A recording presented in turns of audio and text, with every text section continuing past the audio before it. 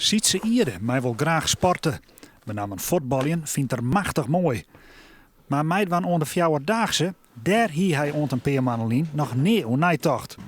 Mijn Pietje kwam mij het idee. Mijn mem die hem voor het hier rond en toen zei mijn mem van was ik meid wel bij de club van 100. Nou ja, vond ik wel leuk. Maar bist je wel een beetje een kuier of helemaal niet eigenlijk? Nee.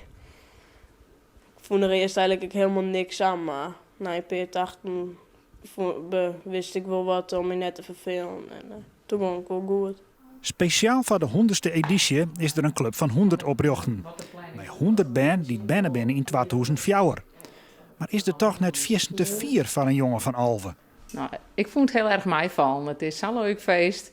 En ik ran samen met mijn vrouw die zo'n maand zwanger weer. Dus qua prestatie denk ik dat heel veel mensen het oerschatten.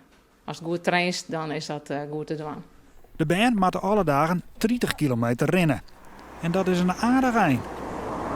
Ja, dat vind ik wel, ja. Ik weet net altijd een keer redden, maar ik hoop het wel. Hij hoopt het benammen om er saai geld op helpt voor het goede doel. Alle band in de club van 100 hebben haar een eigen goede doel uitgekozen. Ze rent Sietse Ierde voor de stichting Right to Play. Doet hij dat ons zijn vrienden vertelde, hien ze eens geen idee werd hij het toe hier.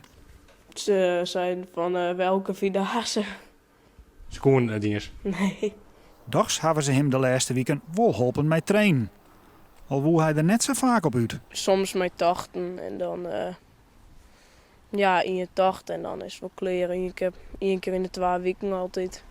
Nog 1 dag te gaan en Sietse Ierde is er heel klaar voor. Alleen nog is hij net zo wies met de verplichte fietsers in zijn squon. Ja, vierdaagse fietsers. Wat vies ervan? Nog skam je me idee. Waarom?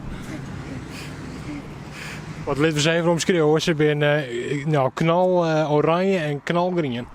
Ze jouw lacht in het donker. Dat is dan wel veilig. Ja, Maar de eerste leven net omgaan. nee.